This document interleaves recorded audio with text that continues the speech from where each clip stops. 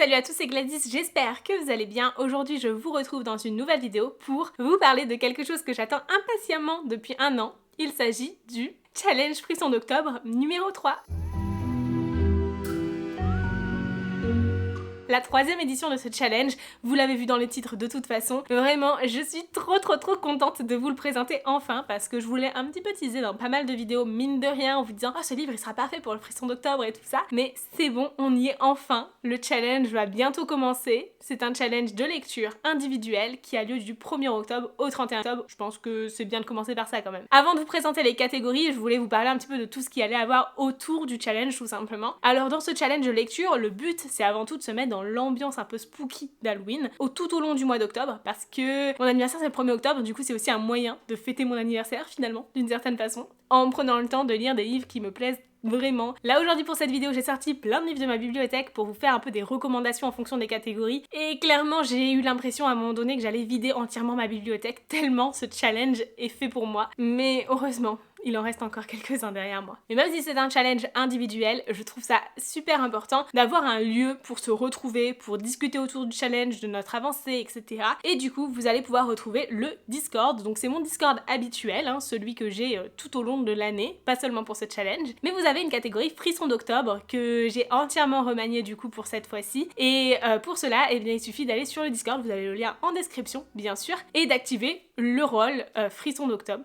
Challenge Frisson d'Octobre, je sais plus comment je l'ai nommé, pour avoir accès à l'ensemble des salons dédiés au challenge. Maintenant, si vous voulez faire d'autres choses en plus sur le Discord, comme les lectures communes par exemple, et bien vous avez aussi le rôle lecture commune, même si bien évidemment vous avez aussi un salon de discussion autour de vos lectures dans le cadre du challenge. Sur le Discord, vous allez aussi pouvoir trouver tous les templates du challenge et vous les trouverez uniquement sur le Discord parce que en fait les screens de capture de story Instagram c'est franchement pas terrible et moi je passe du temps à créer ces templates là, à faire en sorte qu'ils me plaisent esthétiquement. C'est pas pour les retrouver ensuite de mauvaise qualité à force d'être screenshoté encore et encore. Du coup, s'il vous plaît, vraiment, c'est pas beaucoup d'efforts demandés d'aller sur le Discord juste pour télécharger le template en bonne qualité. Même si après vous prenez pas le temps de discuter, je peux comprendre que certains d'entre vous soient un peu timides ou n'aient pas le temps aussi d'interagir dans le Discord. Quand même, si vous communiquez autour du challenge, c'est mieux d'avoir quelque chose de correct. Mais surtout, l'intérêt pour vous d'être sur le Discord, c'est que tout au long de ce challenge, et comme l'année dernière, vous allez avoir des petits concours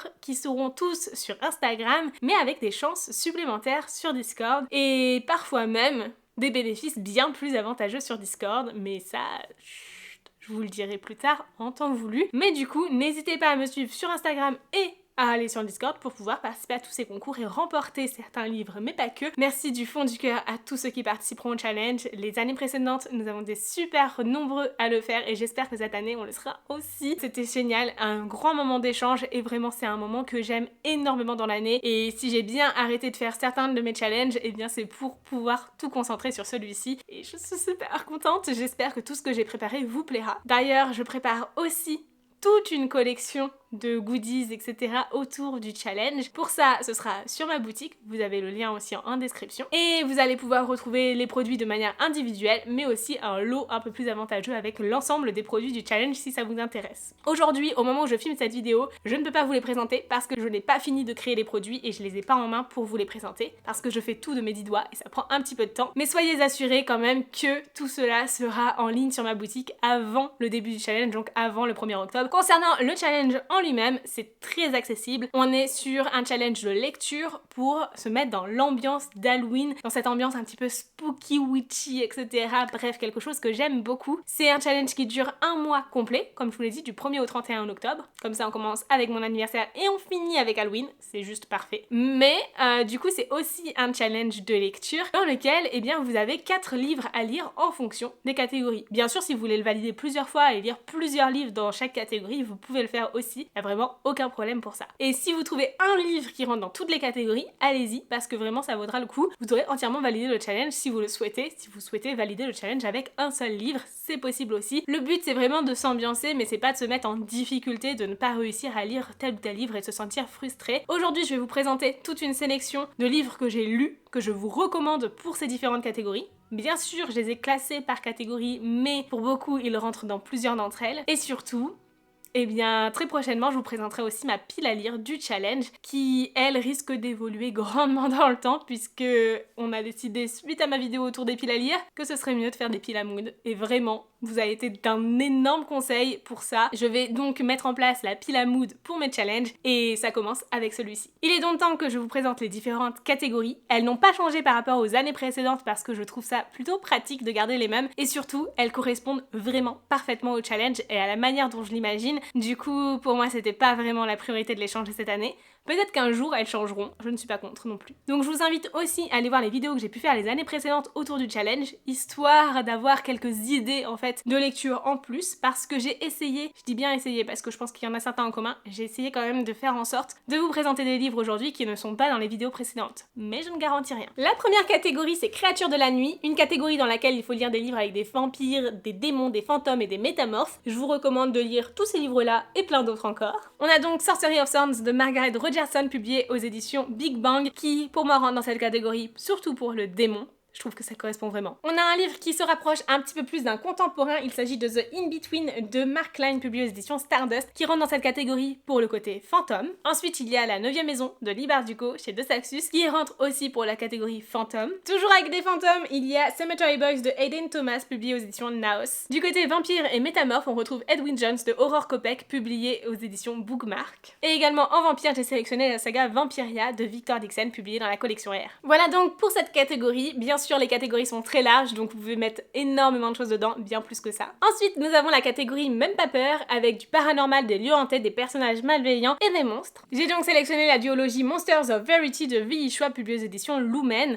D'ailleurs, je vous présente tout le temps le tome 2, mais parce que j'ai plus le tome 1, mais vivement que je le récupère. Également la saga Seul un monstre de Vanessa Len publiée aux éditions Lumen. Les monstres de Rookhaven, d'un côté plus jeunesse cette fois-ci, de Padraig Kenny publié aux éditions Lumen également. Il est illustré, donc pour le coup, vous allez pouvoir le lire très rapidement. Le manoir de Lakesage de Linda Clipson publié aux éditions Stardust qui cette fois-ci rentre bien pour le lieu hanté je trouve. Et dans un genre un petit peu plus contemporain à la limite du thriller, même s'il y a une touche de fantastique dedans mais c'est léger, je vous recommande De Lune et de sang de Erin Beatty aux éditions Lumen qui lui correspond très bien à la catégorie à la fois paranormal mais aussi personnage malveillant puisqu'il y a un meurtre ici quand même. De toute façon personnage malveillant c'est un peu un mot valise dans lequel vous allez pouvoir mettre tout ce que vous voulez et si vous voulez lire un thriller et bien vous pouvez très bien le lire du coup dans le cadre de ce challenge avec cette catégorie. Voilà donc pour mes recommandations pour cette catégorie. Ensuite, il y a la catégorie 6 pieds sous terre.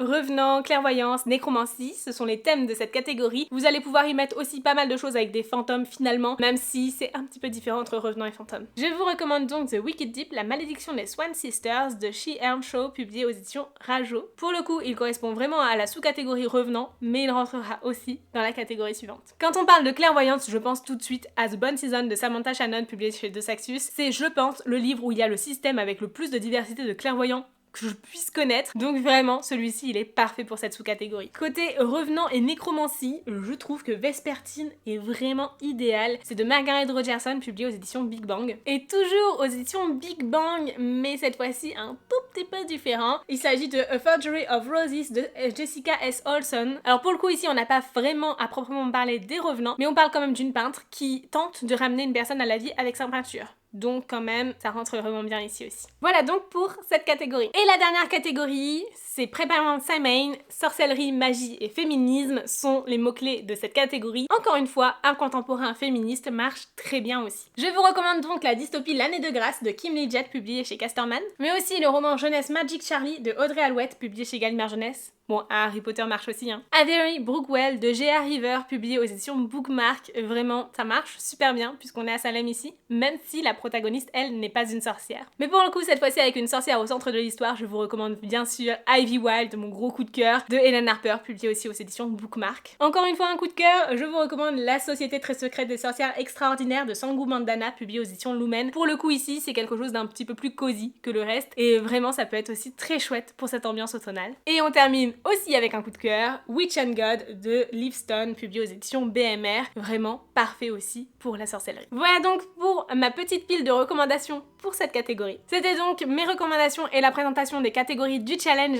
j'espère sincèrement que vous allez y participer, que ça vous plaira. Et bien sûr, je tiens à remercier sincèrement les différents partenaires de ce challenge, sans qui il ne serait pas ce qu'il est. Vraiment, merci beaucoup aux différentes maisons d'édition qui contribuent à vous offrir les différents lots des concours, mais aussi merci à Nextory qui certes participe pour les concours, mais vous propose aussi une sélection de livres directement sur leur application, histoire que vous puissiez avoir plus d'idées de lecture et des choses que vous allez pouvoir lire directement avec la période d'essai gratuite via mon lien d'affiliation. Vous avez également les différentes playlists dans la description pour pouvoir les retrouver plus facilement, mais aussi mon petit lien pour bénéficier de 45 jours d'essai gratuit de l'application et de 15 heures d'écoute. Et cela, eh bien, ça vous aidera beaucoup, je pense, à participer au challenge à moindre frais. Et bien évidemment, comme pour tout challenge, je vous invite aussi à moins consommer et du coup à regarder ce que vous avez dans votre pile à lire, à aller en médiathèque, en bibliothèque. Bref, vous avez l'embarras du choix. Voilà donc pour tout ça, j'espère sincèrement que vous serez nombreux à y participer, bien évidemment. N'hésitez pas à me dire en commentaire si vous comptez y participer ou non. Et sur ce, en attendant la prochaine vidéo, je vous souhaite de très belles lectures, une très belle préparation de challenge aussi, et je vous dis à très bientôt.